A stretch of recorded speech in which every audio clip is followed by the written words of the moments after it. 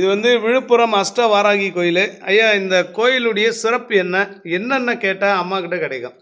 ஐயா, அம்மாட்ட வந்து ம். நாம் என்ன நியாயமானது என்ன அதை வந்து கேட்டோம்னா கண்டிப்பாக உடனே, அதாவது வந்து ஒரு 2 நாளோ 10 நாள்லாம் கிடையாது, உடனே நிமிஷ நேரத்தில் நாளிகை நேரத்தில் வெற்றியாக்கி தரக்கூடியது விழுப்புரம் அத்திவராகி அம்மன். இந்த தெய்வம் வந்து வேற எங்கேயுமே கிடையாது. அத்தி மரத்தில் செஞ்சு உலகத்தில் அத்தி மரத்தில் வேற எங்கேயுமே வராகியும் கிடையாது, பெண் தெய்வமும் கிடையாது. அத்தி மரத்தில் பெருமாள் இருக்கிறாரு, அத்தி மரத்தில் கருடன் இருக்கிறாரு. ஆனா அத்தி மரத்துல வராகின்னு இங்க மட்டும்தான். விழுப்புரம் சாலாமேடு கிராம எல்லையில் இருக்கிற அத்தி வராகி அம்மன் தான் உலகத்திலே முதல் பெண் தெய்வ கோயிலா அமைஞ்சிருக்கு. எப்பாவது நீங்க கதவை திறக்கும் போது அம்மாவுடைய வாகனம் உள்ள வந்திருக்கா? நிறைய தடவை இருந்துருக்குது ஐயா. அப்ப வந்து நாங்க வந்து கதவை திறக்க வரும்போதெல்லாம் அந்த வாகனம் இங்கே தான் இருந்துட்டு இருக்கோம். டக்குன்னு ஏஞ்சி வெளியில ஓடும். நிறைய தடவை அது மாதிரி இருந்துருக்குறாங்க. நாங்கள் ஒன்றும் இல்லை, அவங்களே கையெழுத்து கும்பிட்டுட்டு வந்து தான் கதவை திறந்து வர மக்களுக்கு தீபார்த்தனை செய்வோம். இந்த எல்லையில சர்ப்பமும் இருக்குதுங்களா ஐயா, மனைப்பாம்பா? ஐயா, இந்த எல்லையில பாத்தீங்கன்னா ஒரு சர்ப்பம் ஒண்ணு, தங்க சர்ப்பம் ஒண்ணு இங்க இருக்குது. அது இப்ப வந்து பாத்தீங்கன்னா ரொம்ப வருஷத்துக்கு அப்புறம் காட்சி கொடுக்கல.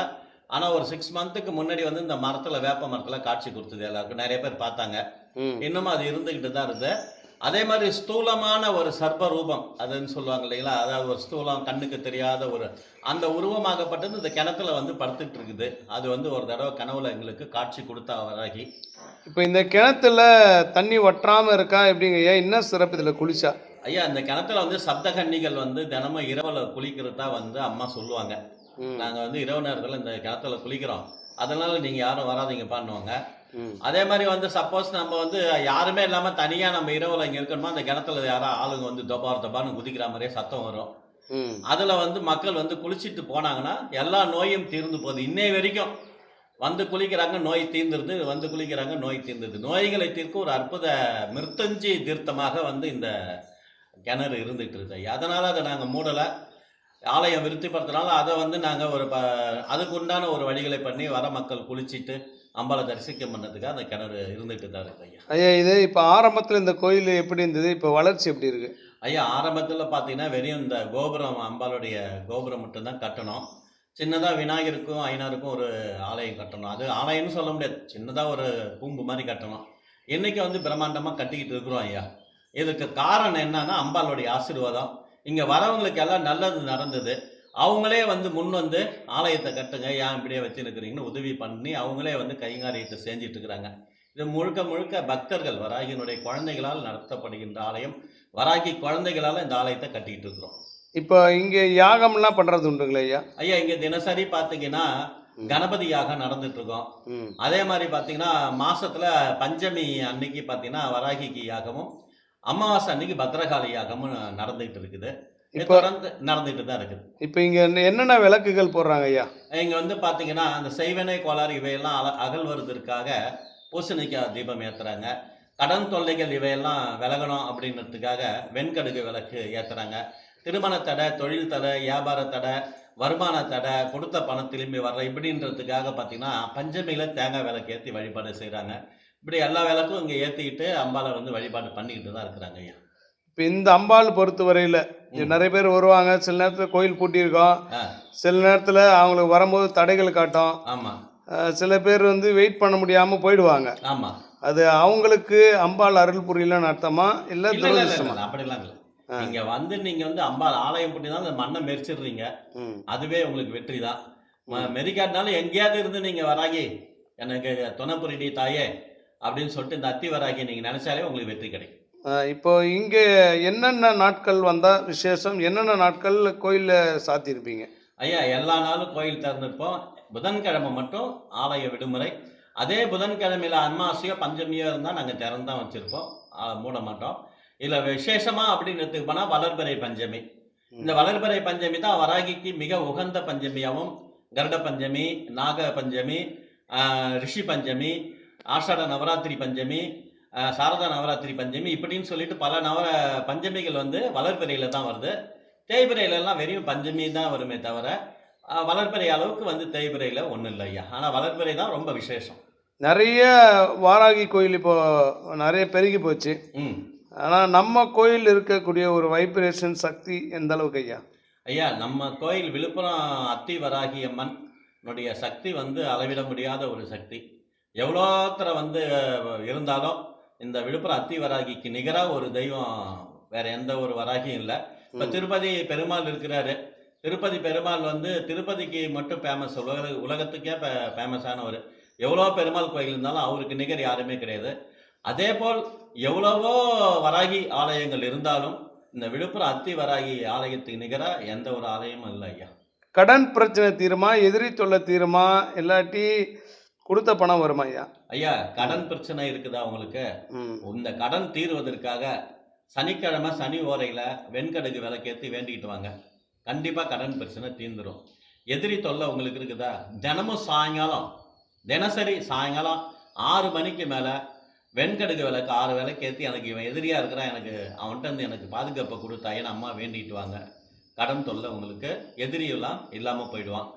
அதே நேரத்தில் நீங்கள் கொடுத்த பணம் திரும்பி வராமல் இருக்குது, பணம் உங்களை தேடி வரணும் அப்படின்னா செவ்வாய்க்கிழமை மத்தியானத்தில் செவ்வாய் ஓரையில் வீட்டிலே அம்பாவை வேண்டி விளக்கேற்றிக்கிட்டு வாங்க. நீங்கள் கொடுத்த பணம் உங்கள் கைக்கு திரும்பி வந்துடும். ஐயா, வீட்டில் இப்போ நகை திருடு போச்சு, இல்லை ஏதாவது ஒரு பொருள் திருடு போச்சு, பணம் திருடு போச்சுன்னா அது திரும்பி வர்றதுக்கு ஏதாவது பரிகாரம் உண்டா? ரொம்ப இருக்குது ஐயா, ஒன்றும் பயப்பட வேண்டாம். நீங்கள் வந்து 3 எலுமிச்சம்பழம் ஞாபகம் வச்சிங்க, 3 எலுமிச்சம்பழம், அது கூட 9 காசு மஞ்சள் துணியில் இது வச்சு ஒன்றா மஞ்சள் துணியோடு இதெல்லாம் கட்டி பூஜை ரூமில் வச்சு நீங்கள் ஒரு ஊதுவத்தி ஏற்றி அம்மாவை வேண்டிங்க. வராகி அம்மா, இது மாதிரி வீட்டிலேருந்து நகை திருடு போயிடுச்சு, பணம் திருடு போயிடுச்சு, இதை எப்படியாவது எனக்கு கண்டுபிடிச்சி கொடுத்தாயே, கொண்டாந்து என்கிட்ட ஒப்படைத்தாயன்னு வேண்டிங்க. கண்டிப்பாக இதெல்லாம் உங்களுக்கு வந்து சேர்ந்துடும், பயப்பட வேண்டாம். இப்போ இங்கே வந்து முகமே தெரியாத ஆள் உட்காந்து சம்மந்தமே இல்லாமல் அழுதுட்டு போகிறதுக்குள்ளவே ஐயா எனக்கு ரிசல்ட் வந்துச்சுன்னு சொன்னவங்க இருக்காங்களா? இருக்கிறாங்க, நிறைய பேர் இருக்காங்க. பாண்டிச்சேரியிலேருந்து பார்த்தீங்கன்னா ரொம்ப ஓரளவுக்கு பெரிய ஆள், ரொம்ப வருத்தப்பட்டு பல கோடி ரூபாய் ஒருத்தர் கொடுத்து ஏமாந்துட்டாரு. அது வரலன்னு அழுதுட்டு இருந்தார். 12 வருஷமாக ஏமாற்றிட்டு இருந்திருக்கிறாங்க.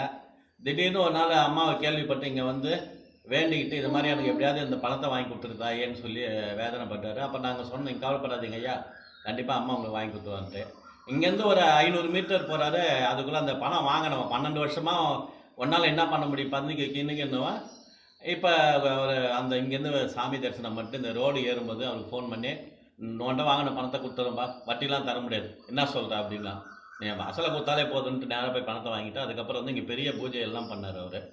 அதனால் அது மாதிரி நிறையா விஷயங்கள் நம்ம பண்ணி கொடுத்தா நடந்துருக்குது ஐயா. இப்போ ஒருத்தனை வந்து எதிரி வந்து பிடிச்சி வச்சுருக்கான் அப்படின்னா அவனை அந்த எதிரிகிட்டேருந்து அவனை விடுவிக்கிறதுக்கு ஏதாவது பூஜை பண்ண முடியுமா? இங்கே தாராளமாக பண்ணலாம். எதிரி ஒருத்தரை வந்து பிடிச்சி வச்சுக்கிட்டான் அப்படின்னா அம்பாள்கிட்ட வேண்டிக்கிட்டு அம்பாளுடைய கையில் இருக்கிற சூலம், அந்த சூலத்துக்கு வந்து நம்ம பூஜை பண்ணிட்டு வரணும், புரியுங்களா? ஆட்டோமேட்டிக்காக அவன் ரிலீஸ் ஆகி வந்துடுவோம், பயப்பட வேண்டாம், தைரியமாக இருக்கலாம். ஐயா, இப்போ சில பேர் ரொம்ப டார்ச்சர் பண்ணுவாங்க ஆஃபீஸில். ஆமாம், அந்த டார்ச்சர்லேருந்து அம்மா நீங்கள் தாம்மா என்னை காப்பாற்றணும் அப்படின்னு கதர்னவங்கள காப்பாற்றிருக்காங்களா? நிறைய பேர் எங்களுக்கு தெரிஞ்சு பார்த்தீங்கன்னா இங்கே ஒரு கம்பெனியில் வேலை செய்கிறாங்க, அவங்க பேர் வந்து அஞ்சலின்னு பேர்.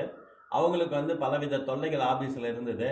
அப்புறம் அம்மா வந்து அவங்களுக்கு ஆசீர்வதித்து, நீ இந்த ஆஃபீஸில் இல்லாமல் உன்னை நான் வெளியூருக்கு அனுப்புகிறேன், உனக்கு தொல்லை இல்லாமல் அப்படின்னு சொல்லியிருந்தாங்க. அதே மாதிரி அவங்களுக்கு அந்த ஆஃபீஸில் இல்லாமல் வெளியூர் அனுப்பிச்சிட்டாங்க. அங்கே வந்து அவங்க ரொம்ப சிறப்பாக இருக்கிறாங்க, ரொம்ப நல்லா இருக்கிறாங்க. அது மாதிரி நிறைய பண்ணியிருக்கிறாங்க. அம்மானுடைய விஷயங்கள் நம்ம சொல்லிக்கிட்டே இருக்கலாம், எவ்வளோ வேணால் சொல்லிக்கிட்டே இருக்கலாம். ஐயா, இப்போ நீங்கள் ஒரு கோயில் உட்காந்துருக்கீங்க, இன்னைக்கு நாட்கள் ஃபுல்லாக ஒருத்தர் கூட வரல, அம்மா கிட்ட என்ன வேண்டுவீங்க? இல்லைப்பா, யாரும் வரலன்னா கூட ஒன்றும் வருத்தலை. எப்படி பார்த்தாலும் நான் அம்மாவனுடைய திருமந்திரத்தை ஜபம் பண்ணிக்கிட்டே இருப்பேன். எனக்கு இன்னும் கொஞ்சம் மந்திரம் ஜபம் பண்ணதுக்கும் யாரோடைய டிஸ்டர்பன்ஸ் இல்லாமல் அம்பாவை வழிபாடு பண்ணோம்னு ரொம்ப சந்தோஷமாக தான் இருக்கும். வரத்தை பற்றி நம்மளுக்கு வருத்தம் இல்லை, வராததை பற்றி எனக்கு வருத்தம் இல்லை, எனக்கு சந்தோஷம்தான், ரெண்டுமே சந்தோஷம்தான். ஜீரோவில் இருக்கிறவங்கள தூக்கி விட்டுருக்காங்களா அம்மா? ஒன்றுமே இல்லை ஐயா, அவன் நடந்து தான் வருவான் ஆள். அவரை வந்து வேலையில் அமர்த்த வச்சு அதுக்கப்புறம் அந்த இடத்துல அவனுக்கு ஒரு பெரிய ஒரு பதவியை கொடுத்து உட்காந்து, இங்கே தான் விழுப்புரம் பக்கத்தில் பார்த்தீங்கன்னா அவங்களுக்கு இஎஸ் காலேஜ் இருக்கும், அதில் வந்து இப்போ வேலையில் இருந்துட்டு இருக்கிறப்பல ஆள். அதனால் வந்து நான் அது மாதிரி ஜீரோவில் இருக்கிறதையும் மேலே கொண்டு போய் உட்கார வச்சுருக்காங்க வராகி. எப்பயுமே ஒருத்தன் கீழே இருக்கிறான்னா அவனை வந்து கீழே விட மாட்டான் வராகி, அவனை வந்து மேலே வச்சு அழகு பார்க்குறவ தான் வராகி. அந்த அழகு பார்க்குறதுலேயே நம்ம அழகாக வந்து அம்பாளுடைய ஆசீர்வாதத்தை பெற்று நிறைவாக வாழ கற்றுக்கணும். ஐயா இந்த கோயிலுக்கு வரணும்னா எத்தனை மணிக்கு எங்கே வந்து இறங்கி எப்படி வரணும்? ஐயா நம்ம விழுப்புரம் அத்திவராகி அஷ்டவராகி திருக்கோயில், விழுப்புரம் புது பஸ் ஸ்டாண்ட்லேருந்து 2 கிலோமீட்டர் உள்ளார. அங்கே நீங்கள் வந்து புது பஸ் ஸ்டாண்டு வந்துட்டிங்கன்னா அங்கேருந்து ஆட்டோலையும் வந்துடலாம், அங்கேருந்து ஷேர் ஆட்டோ இருக்குது அதுலேயும் வந்துடலாம், இல்லை சாமிப்பேட்டைன்னு ஒரு வண்டி வரும் அண்ணாமலையார் பஸ் சர்வீஸ், அதில் ஏறி நீங்கள் வந்துடலாம். நேராக வந்து அராய் கோயில்னா முனையில் இறக்கி விட்ருவாங்க, நீங்கள் உள்ளே நடந்து வந்துடலாம். தினமும் காலையில் 9:30 மணிக்கு கோயில் திறந்து 12 மணிக்கு மூடிடுவோம். தினசரி அன்னதானம் நடக்கும். நீங்கள் வந்து சாப்பிட்டுட்டு வரலாமா, சாப்பாடு கிடைக்குமான்னு பயப்பட தேவையில்ல. தினமும் மத்தியானம் ஒரு அன்னதானம் போட்டுக்கிட்டே இருப்போம் வரவங்களுக்கு. அப்புறம் அன்னதானம் முடிஞ்ச பிறகு நாங்கள் நட சாத்திடுவோம். அதோட வந்து சாயங்காலம் 4 மணிலேருந்து நைட்டு 8 மணி வரைக்கும் திறந்து தான் இருக்கும். பஞ்சமி அமாவாசை நாளில் காலைல 7 மணிலேருந்து நைட்டு 11 மணி வரைக்கும் திறந்து தான் இருக்கும்.